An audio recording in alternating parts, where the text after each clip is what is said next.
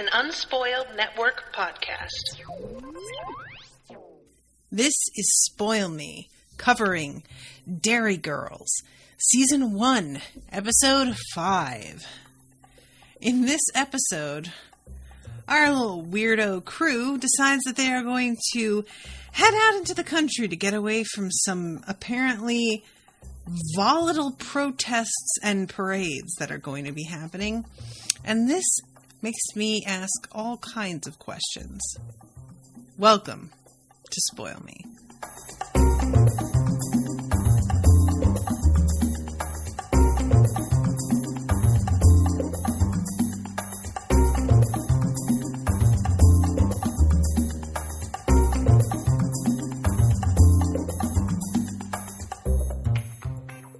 Welcome to the show, everybody. I am Natasha. Many thanks to Ashleigh for commissioning this episode. I am hoping Ashleigh can shed some light on some parts of this episode. I am, and I said this in the post for the previous ep on Derry Girls, something that I really like about this show is the fact that it's being set in the 90s is not simply like a choice for aesthetics or something to make it like twee and kitschy and whatever. This is a choice because of what was going on at the time, being really integral to some people's lives and the way that they grew up, and their memories of their teenage years are inextricably like enmeshed with the political landscape at the time. So it makes sense that people who went through this as a group, like this is a specific generation, are now reaching a point where they are in control of creative choices, like how to write a TV show. And they're feeling like they want to tell a story of what it was like for them going through something like this. And it's a really interesting point of view because they were able to see up close and firsthand some parts of the conflict, but were not necessarily in personal danger a lot of the time. There was just a sort of general sense that they could be in danger, but that there was not all like a threat on them specifically.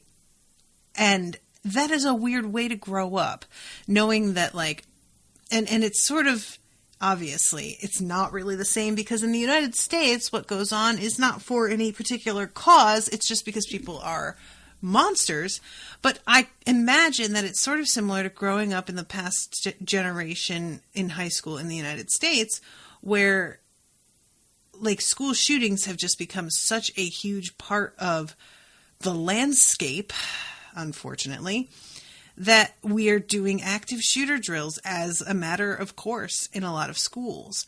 And how incredibly depressing and specific an experience that is, that I, for one, would not relate to at all. You know, a kid tells me about the active shooter drill that they just went through in school, and I'm going to have no point of reference for that at all. The only thing that I have ever done that was at all similar is a fire drill, and those were always a great excuse to be outside and out of class. That was a delightful thing.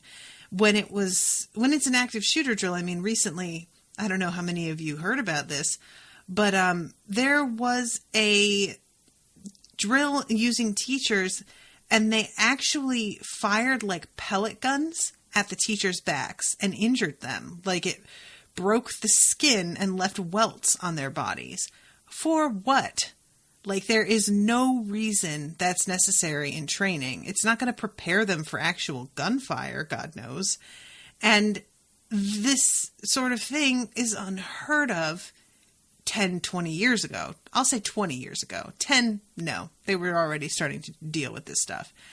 So every generation, there is like it feels like a very particular kind of vibe to it. And I think I was really lucky in that growing up in the, like being in high school in the late 90s and very, very early 2000s, I was in sort of like a nice golden period there where there was very little violence going on. And the most you had to really worry about was like bullying in the ordinary sense, not in the I'm bringing a semi-automatic weapon to school sort of sense.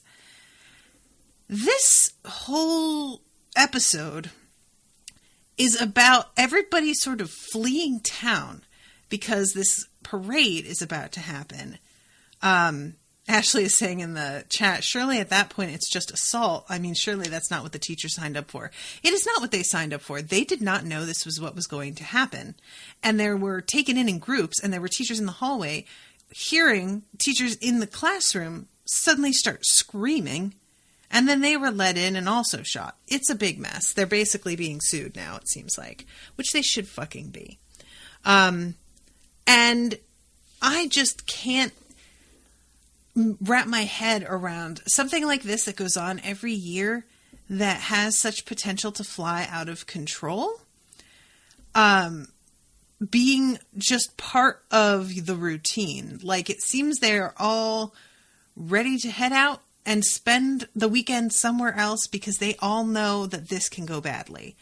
And I'm going to read, because I was really curious about this. You know, all of the guys that are walking around as part of this parade are wearing orange, and their grandfather at one point is like yelling out the window, "You tangerine toe," which is a very specific sort of insult. I'm not even sure if that's hurtful so much as just a little bewildering. But the Orange Order, the Loyal Orange Institution, more commonly known as the Orange Order, is a Protestant fraternal order based primarily in Northern Ireland. This is Wikipedia, everybody.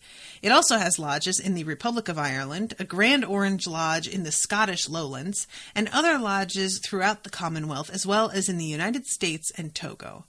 The Orange Order was founded in 1795 during a period of Protestant Catholic sectarian conflict as a Masonic-style fraternity sworn to maintain the Protestant ascendancy. It is headed by the Grand Orange Lodge of Ireland, which was established in 1798. Its name is a tribute to the Dutch-born Protestant king, William of Orange, who defeated the army of Catholic King James II in the Williamite-Jacobite War, 1688 to 1691.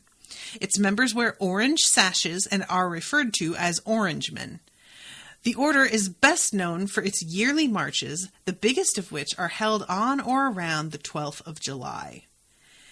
Conservative British Unionist organization with links to Ulster loyalism. Campaigned against Scottish independence in 2014, sees itself as defending Protestant civil and religious liberties, whilst critics accuse the order of being sectarian, triumphalist, and supremacist. What is triumphalist? I'm clicking on that. Hold on a second. As a strict Protestant society, it does not accept non-Protestants as members unless they convert and adhere to the principles of Orangism, nor does it accept Protestants married to Catholics. Although most Orange marches are without incident, marches through mainly Catholic and Irish nationalist neighborhoods are controversial and have often led to violence. So, there's your background. I am triumphalism. I clicked on triumphalism. Is the attitude or belief that a particular doctrine, religion, culture, or social system is superior to and should triumph over all others. Triumphalism is not an articulated doctrine, but rather a term that is used to characterize certain attitudes or belief systems by parties such as political commentators and historians. All right, noted. So yeah, that's my little bit of info dump for those of us who are not familiar with this whole thing. I am really like the idea of having to cope with this happening every year is just so, it just seems like so much. You know what I mean? It just feels like, what a drag that you basically have to leave town because this crew of shitty old white men who want to push their beliefs onto other people decide to roll through town and stir shit up. Like, I really appreciate that this show doesn't appear to like, I don't want to say it doesn't appear to take sides because obviously it's showing in a favorable light the crew that we know and love. And that crew is obviously Catholic and obviously, you know, feel like they don't particularly take a side in regard to like nationalism or independence. We haven't like seen them talk about that in particular, but I like that they leave things sort of open enough that even though the people we have grown to know and love from this show are clearly on one side of this, it's not presented as this is right and this is wrong. Whether or not the nun says we're the goodies, which is my favorite line, we are very much as an audience left to make our own decisions on that front, right? I really like that. But this is so incredibly like I want to say self-destructive, but obviously these guys don't see it that way because they think that they're trying to like make the world a better place. But it's just so, it's so like shit stirring, I guess is the thing. What do they really hope to accomplish? They're having the same parade every single year at the same time. That's not a protest. That's like a planned sort of holiday, really. And that, for me, takes away from the idea that they have any particular sort of ideology that's like driving them to change hearts and minds, so much as they're just trying to make a show of force and power and intimidate people. Ashleigh says, I think the big difference between the orange marches and a school shooting is at least you can mark it on a calendar and can prepare for it in advance. Oh, definitely. Like, and it's obvious that the marches are meant to start off as nonviolent. They are clearly itching for a fight, but they don't come out shooting. You know, this isn't the plan. It's, well, whatever happens, happens. And a sort of a wink and a nudge, like, yeah, well, it would be such a shame if we were to get in a huge fucking fight, wouldn't it? When in fact, that's actually what they want.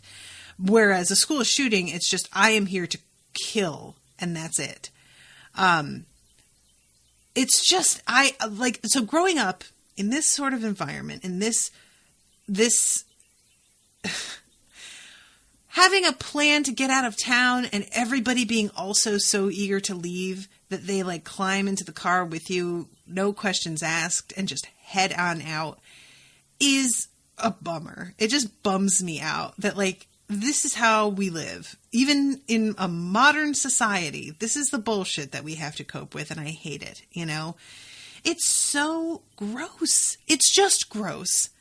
So anyway, guys, I just wanted to give like an overall sort of impression as an American of my understanding of this and what I learned. So let's get started on this episode, shall we? Because we start off with the sounds of this like fife and drum outside practicing really loudly, so loudly like nobody can think. All the windows are closed and it sounds for all the world like it's wide open. And the table is literally bouncing up and down. I don't know, are they like, was that when they started the guns or what was it? But in any case, it's obviously really making an impact on their like day-to-day lives. It's not like you can just stay inside and hope for the best. There is vandalism already happening, and that's low-grade vandalism. We find out later that this is somebody that we have met actually. But I could imagine being in your house not being particularly safe because if they feel like they want to throw rocks through windows or if they feel like they want to start lighting things on fire, who knows who's safe and who's not, you know? I hope they've got fire insurance and riot insurance. Is riot insurance a thing? Yeah, so... Oh, sorry, I just am seeing that Patricia's here. They're definitely antagonizing. She says, yeah, definitely. And to make it a little more topical, this is Ashleigh. Any violence surrounding these marches have been subdued since the Good Friday Agreement. However, all that is up in the air with Brexit now. So, oh, brother. Fucking Brexit. Our world is a shambles. Can we just all agree? Like, I'm not trying to say the world was in better shape once and we're ruining it. I'm saying we were on a trajectory towards having some reason and compromise, and it's just been blown to pieces. And I cannot believe what we are like putting on the table now and considering. I mean, we have people believing the earth is flat, guys. We have people who believe that the earth is flat with an earnestness and smugness that is not to be believed. I mean, anyway. So, we have Erin's mom packing up the bags, like she's dragging out all of the suitcases, and she's demanding why the hell they need to practice because they've been playing the same songs over and over again for like 300 years. And I love that, what's her face? Olna? Is that her name again? I forgot it already. She says, well, practice, Orla, thank you. Practice makes perfect. That's why they're so cracker. And Erin looks at her like, are you high? Did you just call them cracker? Like, I would imagine that is the equivalent of somebody being like, wow, these KKK members may be terrible people, but damn, their music is really good. Like, okay. So as they are preparing to leave, we have, oh my God, I'm considering joining. I forgot Orla says that. Oh, bless her. And I love how Erin is the only one that even like responds to Orla because everyone else is so used to her being completely opaque that they're just not bothering anymore. They're like, you know what? Whatever. Yeah. Say your weird shit. Who knows? Who cares? And she is bringing her mother, Erin's mother, has packed the big clock in their suitcase, which I love moments like this on this show because it is very clear how irrational and crazy that is. But everybody on the show takes the position that this is totally fine and normal except for Jerry, which I just love that kind of conceit. That everyone is acting like a crazy person except for one, and so they seem like the crazy person. I love that kind of thing. It can be done in such a way that it's almost like mean-spirited, and in some ways with this show, I could see someone arguing that it is a bit mean-spirited, but I don't think it is because it's done just so well. And I would like to register that I have a giant clock. Owen bought it, like he had it on his wall long before I moved down. That thing is, I'd guess like about 3.5 feet across. And it never tells the right time ever. Like it's purely decorative. But the fact that she decided to pack this one is so amazing. Ashleigh says, unless she's low-key doing it in case everything goes to shit, the house gets bombed and they've nothing to return to. Improbable, but preparing for the worst. That's interesting. I wonder, because like, I like that idea. I don't think that's what's actually happening here, but it would have been interesting to see everybody sort of like picking their favorite couple of things and bringing them with them because they were worried about something like that happening.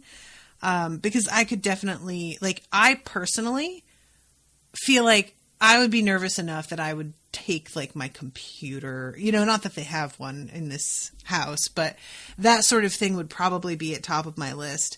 So the big clock is a weird sort of choice, but maybe it's an antique or an old family heirloom. I don't know. But yeah, so I love this. And, don't you want to bring the Wii clock? I can't be doing with the Wii clock. What exactly is your problem with the big clock? I wouldn't say I have a problem exactly, except that it's much heavier and takes a lot of room. And then her father cuts in and tells her this is how it starts, and soon he'll be telling you what to wear and what to say, and pretty soon he'll be killing you and taking a new identity. And I was like, what just happened there? And she looks at Erin and says, Erin, I told you not to let him watch that Sleeping with the Enemy.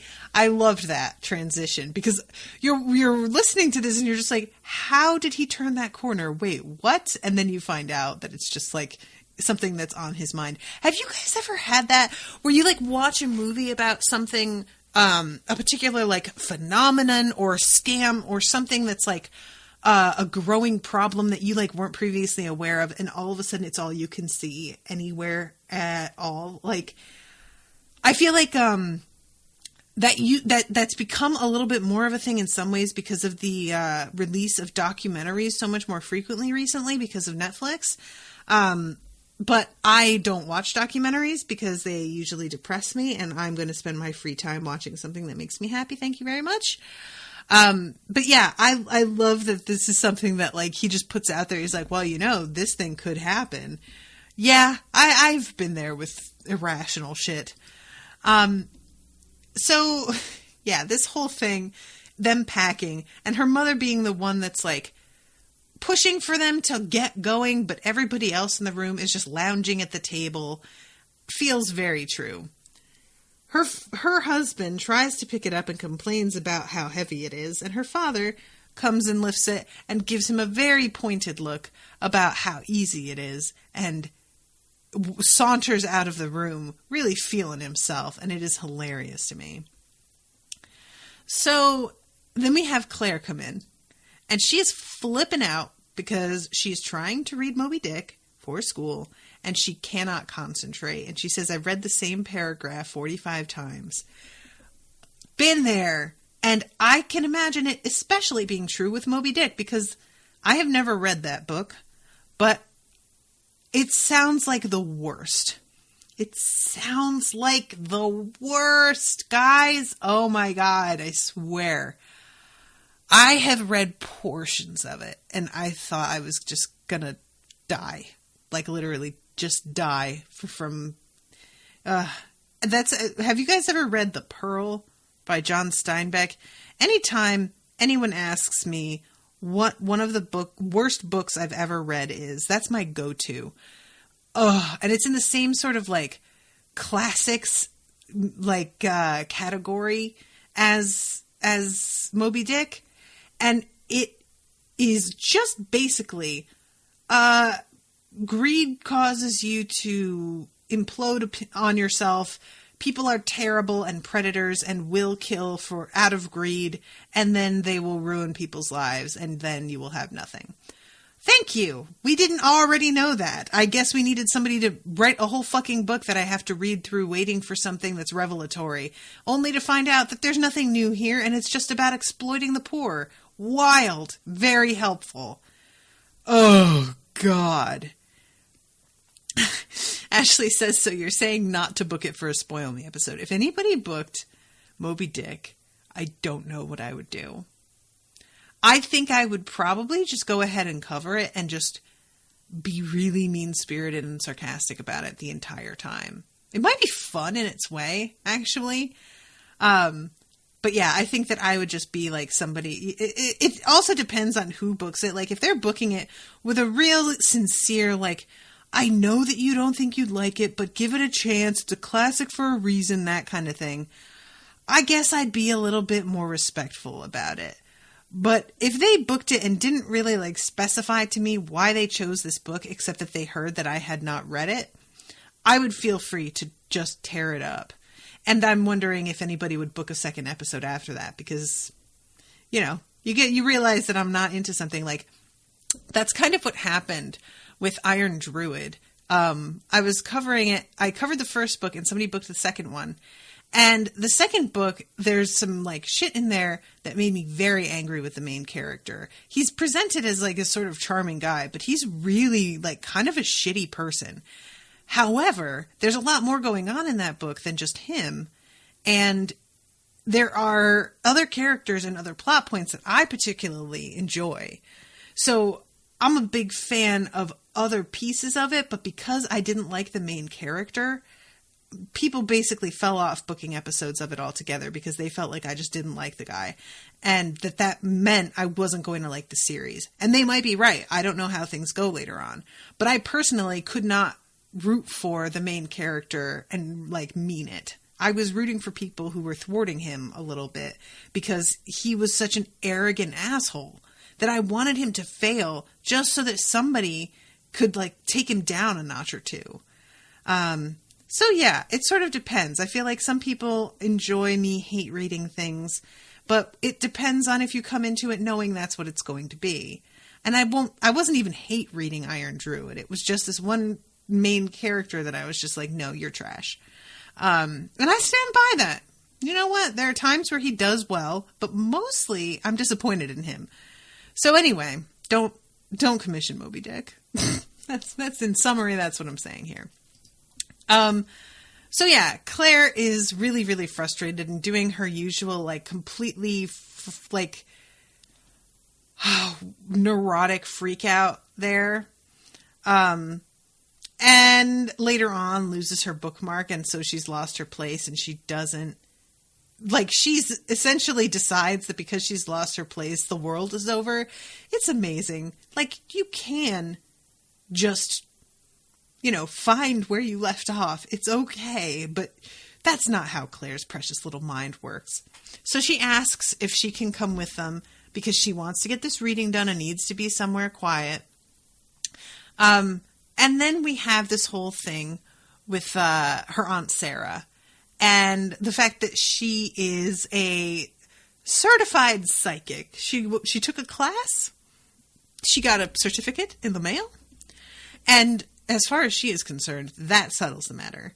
And she is really like, it's amazing. She's talking about how being a psychic isn't all it's cracked up to be. And then describes waking up in the middle of the night to this wailing sound. And acts like and I thought it was the spirit of so-and-so. But it turned out it was just our neighbor who had set her electric blanket to full blast. And the way it's phrased, burned the legs of herself. What a weird way to say that. And I know that that's like a specifically, I think, Irish thing. I don't know if it's a UK thing overall. I feel like I've heard people with Scottish accents say something similar. But it's a turn of phrase that I find really funny. Burned the legs of herself. Why would you put it that way? Burned her legs. Burned her legs. It's fine. Just say it that way. Like, what? Ashley's saying off herself. Burned the legs off herself. Huh. Okay, I guess that works better. I've heard of herself used, though. Am I wrong about that? Regardless, this whole thing with Sarah is amazing because she is convinced that she can read tarot and read the future. And frankly, Sarah is one of my favorite parts of this show. Her whole, weird sort of airy attitude could really come across as being too put on and self-conscious by many actors, but this actress genuinely seems to lose herself in this woman's character. You don't get anything rolling off of Sarah except for total sincerity. She completely believes what she's saying. This is not even her trying to make herself more important than she is, the way it would be with a lot of people.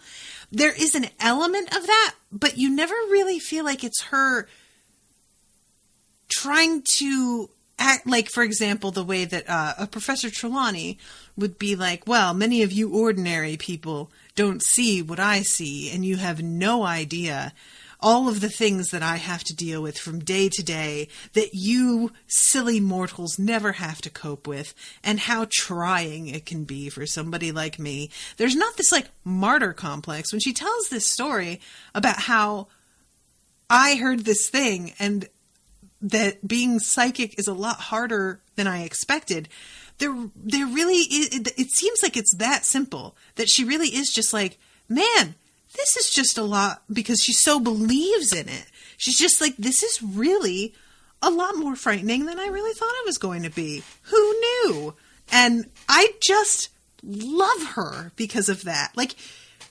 I don't know. It's just this character could just have gone so wrong or been so sort of condescending in a way. And they just figured out how to make her really lovable despite everything. She's out here talking bullshit, and you still are on her side, even though you know it's not true and it's nothing. I don't care. I still love her.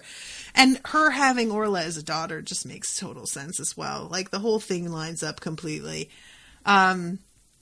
Yeah, so the whole way that she did this is... I just love the way that Aaron looks at her. But you thought it was the disembodied spirit of a dead relative. Exactly. I'm living on a knife's edge here. Is there any Rice Krispies? And then just totally changes the subject. It's beautiful. All right, so at this point, Orla knocks something off the table, and it's very clear that her mother is just about on her last nerve. Deirdre comes in, and she has got Michelle and James with her, and I am in love with this scene. Deirdre is so funny. So she's basically like, can you take these two with you? Because we're going to be working nights, and we're not really cool about letting these two just be around by themselves. And when her mother, Aaron's mother, like says something like, I'm not really sure that's such a good idea. And she interrupts and says, well, is it the English thing? And then says, listen, Mary, I understand. I mean, he's my nephew, and even I find it hard to get past. If I'm totally honest, there's times when I look at him and feel, well, and she says, it's pure hatred. I love the way she says it. Hatred.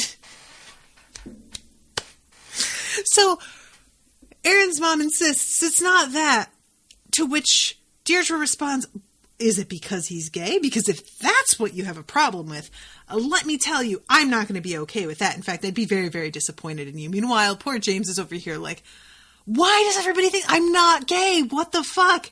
And Michelle tells him that she can't see him because his massive closet is in the way. It would be pretty amusing to me if it does turn out that James is gay. Because, like, there are times where everybody can see it but the person who's going through it. You know, I have had more than one friend come out to me and me be like, oh, yeah, no, I'm sorry. I didn't know that you didn't know. I thought you were openly gay. Like, my apologies for, like, I'm glad that you came and came out to me, and that's awesome. But, like, I have been walking around assuming this is who you are for years now. My bad. And I just really enjoy the whole way that it's handled, that being English is so much more objectionable than being gay, to the point where her mom says that actually the gay thing almost makes up for the English thing, which is such a weird, like, but I know exactly what she means, right? Yeah, so I really enjoyed this whole, like, back and forth. I like when Deirdre's in any scene. Whenever she walks in, she's got some of the best lines of the episode. It's pure hatred. I'll not dress it up. Oh my God, it's so great. So it turns out that they are indeed going to come along. And the fact that they are all going to go away for the weekend together, I'm like hoping that that's what the next episode is going to be. Guys, I would like to register, first of all, my deep disappointment that there's only 6 episodes of this season. I had no idea this season was so short, but I've been watching these with Owen, and I was rewatching this one this morning, and he's like, oh yeah, and then there's only one left after this, right? And I was like, what? And he was like, yeah, I'm pretty sure there's only one more episode. And I was like, what? And I like went back to the menu, and sure enough, and I was horrified. What? Ashleigh's here. She quoted the part that I did as well. Yeah, and season 2 is apparently not on Netflix yet. But there is one coming. Oh, good. Thank God, because I wasn't sure about that. And Ashleigh, I think you said at one point that like they're calling it a Netflix original, but it's not really. So, you know, I am behind the loop in terms of like what's being approved and what's not, because I don't know where to go to find that sort of information sometimes when it's not the network that it says it's from. Does that make sense? Anyway, so yeah, I'm hoping that the next episode is this whole crew actually out in the country having to like deal with one another and be in each other's faces? Because I feel like that is just too rich and fertile a ground to leave fallow, as they say. So they're talking about how there's not really going to be enough room in the house.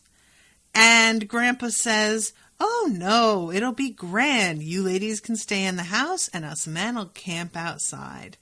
And Jerry immediately starts to like panic. Just, no, oh, I don't want to do this at all. Like, staying with this guy, are you kidding me? And poor James also looks like this is the worst thing that he's ever heard. Her grandpa looks at Erin and tells her to run across to Jim's and borrow one of his tents. And as they are heading out there, Deirdre says, if you want my man to fix that gable wall of yours, there'll be no problem. We'll take care of it. Just say the word. And she's like, what do you mean? And they go outside, and there is some graffiti on the side of the house. 2 very poorly drawn assault rifles, like real bad, guys, real bad. And it says, "Up the Rebellies," which is such a weird phrase that when we got to this part, Owen paused it and went, "Up the Rebellies." Is that pro-rebel or is that anti-rebel? And I'm like, well, I mean, that's the Irish flag in the background, and it says "Up the Rebellies," so I would imagine that is pro, but I agree that it is sort of a weird way of phrasing it. "Up the Rebellies" is so... Rebellies? Why not just "Go Rebels" or something like this? Is that a phrase that's like from something that he's using? It is a really... It's just weird. It's just weirdly phrased. And what follows is like a 5-minute conversation between everybody trying to decide what the hell this drawing is of, because they are just such poorly drawn rifles. I mean, why would you do them like this? And some people are saying that they look like spatulas. I mean, they're definitely like a little fly swatter adjacent, I feel like. The whole thing is just so hacky. And when we find out that it's the same dude later on, that I just could not stop cracking up, because I didn't think that this was going to turn out to be anything. I thought that this was just going to be a one-off incident, that they're dealing with this weird graffiti, and to find out that the person who did it is the one in their trunk is great.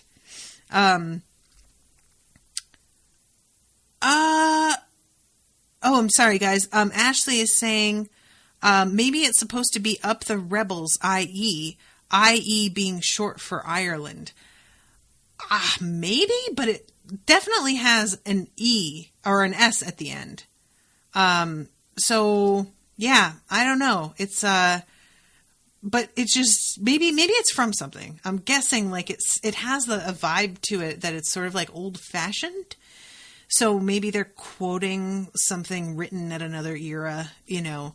So meanwhile, we go to Erin and Orla, who are asking this dude to borrow one of his tents, and he is showing off his double glazing because he can shut the window and you can't hear any of these fife and drums at all. And Orla is genuinely blown away. She wants him to demonstrate again. Whereas Erin is like, holy shit, we really need to go. Come on, can we just... And Orla is, that is mind-blowing. Like, I love her enthusiasm on this point. It's so great. So they wind up getting his second best tent, which is a pretty big deal, evidently, based on the sense of respect that you get from this guy, from her grandfather about this guy. You really know that this is a pretty big deal that he's done this. And he even demonstrates how to put the tent up in the living room. And I can't, like, this has had to take like 20 minutes, right? And he's instructing them on how to keep predators out of their area and watch out for bears. And Aaron is like, that's really not going to be an issue. It's fine. The whole way that this goes is just beautiful little vignettes. It's great. So they finally come out with the tent, an orange Intrepid, and her grandpa puts James in charge of it. And James does not want any part of this at all. Please God, no. And it turns out it doesn't matter, because even though he was put in charge of it, Gary's going to get blamed for it in the end anyway. It's fine. So they all want to ride with Grandpa because he drives so fast. And Gary makes the mistake of saying something to him about how you should follow me because I have the map and I drive for a living. This is going to be dangerous. And there is this wonderful, really convincing moment with the grandfather being like, I've gone through this my entire life. You think I don't know what the potential is for violence here? You think I would risk anything happening to my family? And Gary, genuinely looking a little dressed down, is like, oh, I'm so sorry. No, I apologize. Okay. And then we cut to Grandpa having busted through a police barricade, leaning out the window and screaming at these dudes at the top of his lungs with no apparent regard for what could potentially happen to them. He doesn't give a shit. And one could argue that this is bravery on his part. One could argue that this is him having got kind of jonesing for a fight also. The whole way that this, it really feels like if he were in the car alone, it would be one thing. But because he's got his whole family here, you're just like, dude, what are you doing? They are stuck here and thinking about whether or not to send out James to try and talk to these guys because he's English and maybe he can calm things down. And as they are theorizing that this is potentially going to work, these Orangemen gather around the car, grab it, and begin to shake it back and forth. What? Ashleigh says, oh, the dad's Jerry, by the way. What have I been saying? Have I said Gary? Okay, he's Jerry. I've been saying Gary. Okay, sorry. Yes, Jerry. What kind of men see a car that's got a bunch of young people in it and begin to threaten it? These men are garbage trash. They are human toilets. The worst. And I just can't get over, they're all wearing these bowler hats. They are a cartoon of shitty old white men. It's this genuinely looks like a political cartoon. And I just can't, I don't understand how you could be such a parody of yourself and not be aware of it and not see it. It's just, the lack of self-awareness. It's just, Christ's sake. And meanwhile, we have Sarah and Michelle, and they are talking about how Michelle is going to be meeting the man who she's going to marry very shortly. And she's super excited about this and is asking all kinds of questions about what he's like. And then theorizes maybe he's an orange man. And Aaron is like, what? Why would you want that? And she's like, well, I have to admit, I do find something sexy about how much they hate us, which, Michelle, you need therapy. You just need therapy, straight up, the end. So yeah, they finally wind up getting out of here. It is a while. And once they are on the road and driving through the countryside out of Derry, her mother begins to realize that her little purse that has all of the money in it is not in her bag. And she's flipping out because they use a different currency. Where is it that they are even heading? Y'all help me out. They're heading somewhere where they need to use something other than sterling, which is what's being used. And this is something that I have always had like a little bit of trouble keeping up with, because different parts of the UK have had, like, there have been a lot of different currencies used that have been slowly edged out. And there was assurances for the longest time when I was visiting that they were leaving pounds behind and going straight into euros with the rest of Europe. And that never really happened. It's still pounds essentially there now, right? And I have a friend who went recently and tried to pay with a debit card and was like laughed at because apparently they just use like phones, or does that sound right? There's just like a lot of different ways that the money is being handled that feel like they are in a whole other universe from us. The whole, things with like guineas and shillings and all of that whatnot is also baffling to me. I know that has been phased out entirely, but what a weird system, Ashleigh says they are going into the Republic of Ireland, and that's what they need to use pounds, right? Because they don't use sterling. Ashleigh says the Republic have a different currency to the UK, and NI uses the same currency as the rest of the UL. And then she asterisks UK. NI is what? The Republic have a different currency to the UK, and Northern Ireland uses the same currency as the rest of the UK. So Northern Ireland and the Republic of Ireland are different places. Guys, I don't know what I'm talking about, y'all. I don't know what I'm talking about here. Hold on. Finding this out. Northern Ireland, I want to see a map, versus Republic of Ireland. Oh, good. Google auto-filled it. Northern Ireland shares a border to the south and west with the Republic of Ireland, unlike Southern Ireland, which would become the Irish Free State in 1922. The majority of Northern Ireland's population were Unionists who wanted to remain with the United Kingdom. Ah, okay. So I'm trying to find... Yeah, okay, here we go. So they're traveling south then. Okay, gotcha. Y'all, there is a lot. I just don't know anything. England stole the 6 counties from the rest of Ireland, so it, quote, belongs to the UK. Ah, fucking England, man. They do steal just whatever. All right, so her mother panics and wants to turn around and go back, but it becomes pretty clear that is absolutely not going to happen. Like, there's no way. And then she realizes that it is probably in her suitcase, and it's fine. They decide that they are going to take a little bit of a stop.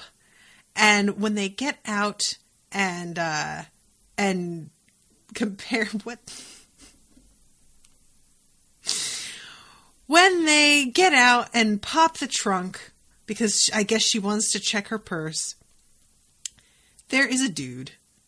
And he is so completely unfazed at being found. Guys, this guy, Michelle latches on to the fact that this guy is probably her husband, meant to be, and is a little bit bummed out because she doesn't even, think he's that hot right away. She starts to, decide that maybe she can see it, but the fact that he's got a bit of a ginger tinge to him really puts her off, which I don't understand at all. I've always been, very into redheaded dudes. Either redheaded or just pretty fair. Owen has, golden brown hair with a lot of red in it, and I'm always just, a fan. Ashleigh just posted, Southern Ireland isn't really a thing. The northernmost part of the island is in the Republic. Southern Ireland is what the English started referring to the Free State as in order to not have to recognize the legitimacy of the Republic. It's still a thing that sometimes happens, though most probably don't know the background. Man, I need to get some fucking history books or something so that I understand this shit better. Because there's so much going up and down. And by going up and down, I mean things that are a thing for a little while and people say it this way for a while and then that falls out of fashion and it's referred to as something else.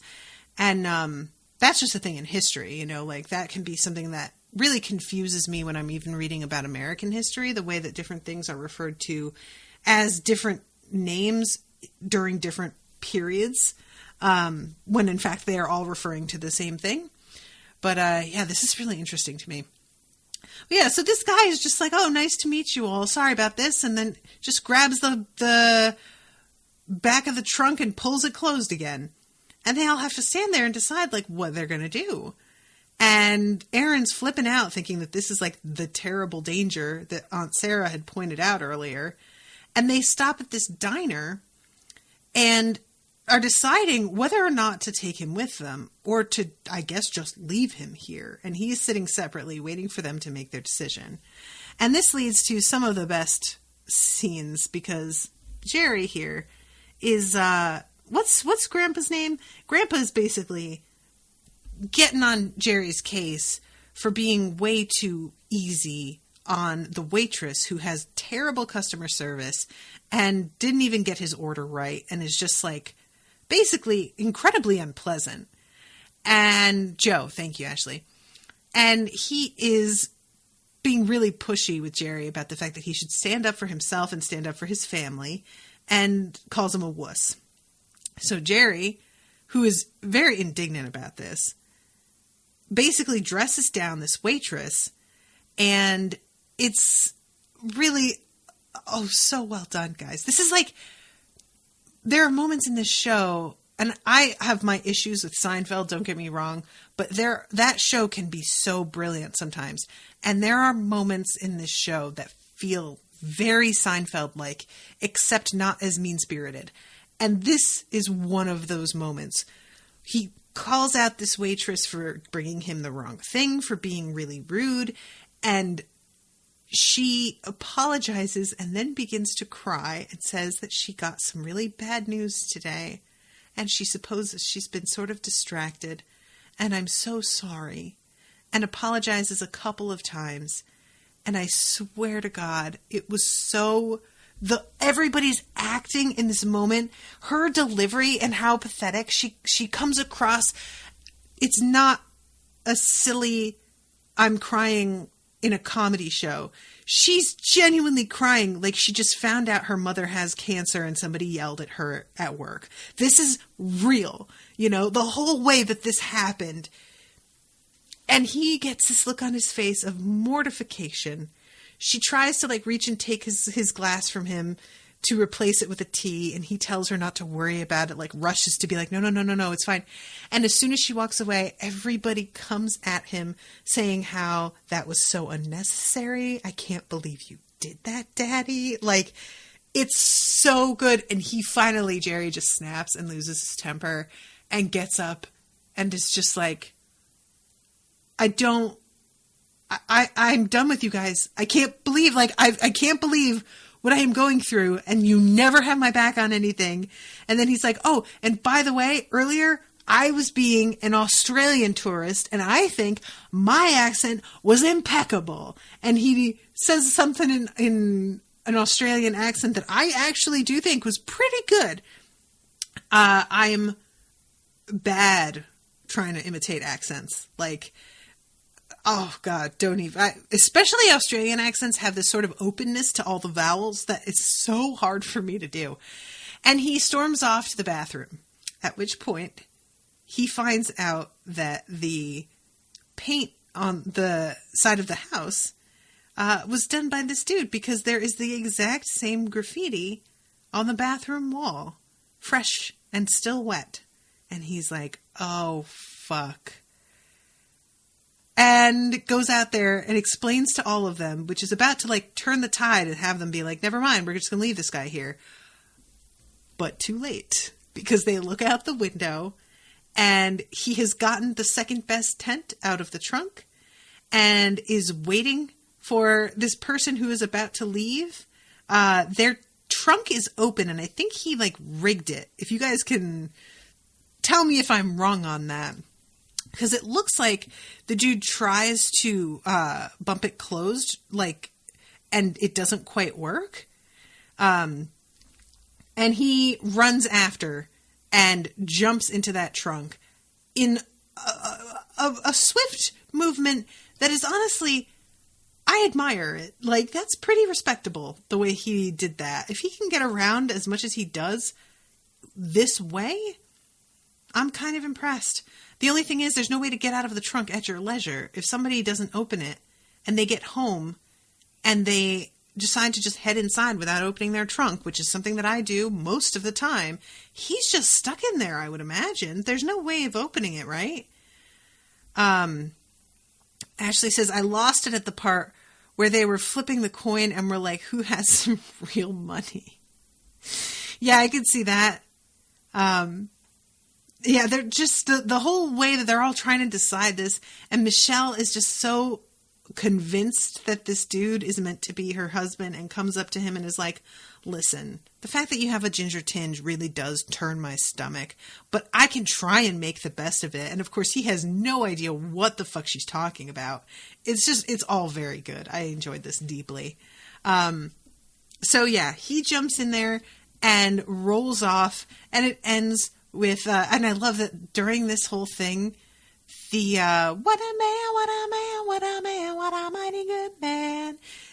The music in this show really just gets me right in the heart, because it's all some of my favorite stuff. Like, what a man is just a classic. It's so good. So I love that this is playing, and Joe is watching and turns and yells at Jerry for not watching the tent. And of course, Jerry's like, you told him to watch it. I blame the wind, big man. Oh, it's so perfect. It's so perfect. And he turns around. How am I going to break it? How am I going to break it to Jim that his second best tent is gone? And that's the end of the episode. And I love that it ended there, because I was thinking to myself, that's a really good spot for this to wrap, actually. And just as I thought that, it cut to credits, and then Owen next to me said, and that's where it ends. God, this show is so good. And I was like, right? He just had the exact same reaction to the way this ended as I did, and it made me feel very satisfied. So yeah, this was a really fun episode that's just got so much, like, guys, I'm talking about like a less than half hour comedy show, but I am able to do an hour-long episode on it because it's covering stuff that I know nothing about. So you guys are like out here teaching me about it. And I find that to be really compelling. Like, I don't think that there are a lot of comedies that I felt this way about, that I'm like genuinely learning something that I didn't know about. And they are presenting it in such a way that it's really actually entertaining and funny. It's not, like, I don't know. They just really nailed the balance of everything. And I am impressed. This is the sort of thing that I find really fascinating when it comes to comedy, is how tricky it really is. People don't appreciate, I don't think, how a one line being changed or an inflection not quite being right can take the tone of a scene in a very different direction and maybe ruin it, or at least make you feel like, I don't feel like I'm getting it, and this show is, everybody feels like they are working together so beautifully, like they are all 100% on the same page. And I just love that. So yeah, this show is really, they're dealing with some pretty serious topics here, and they just figure out how to find the absurd within that. And it's beautiful.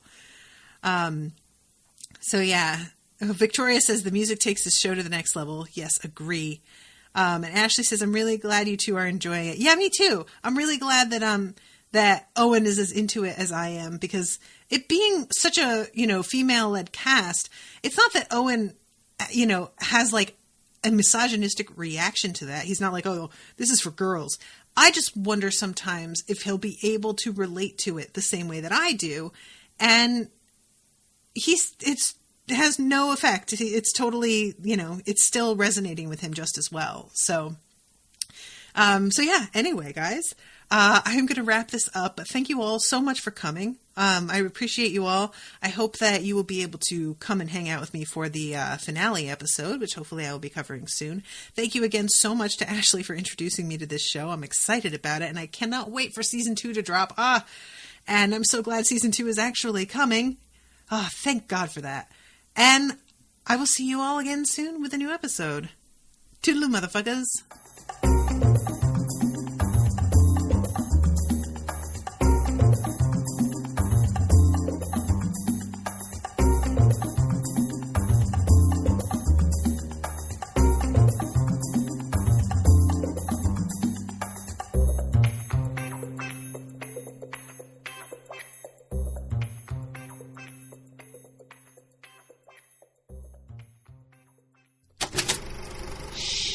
That was an Unspoiled Network podcast.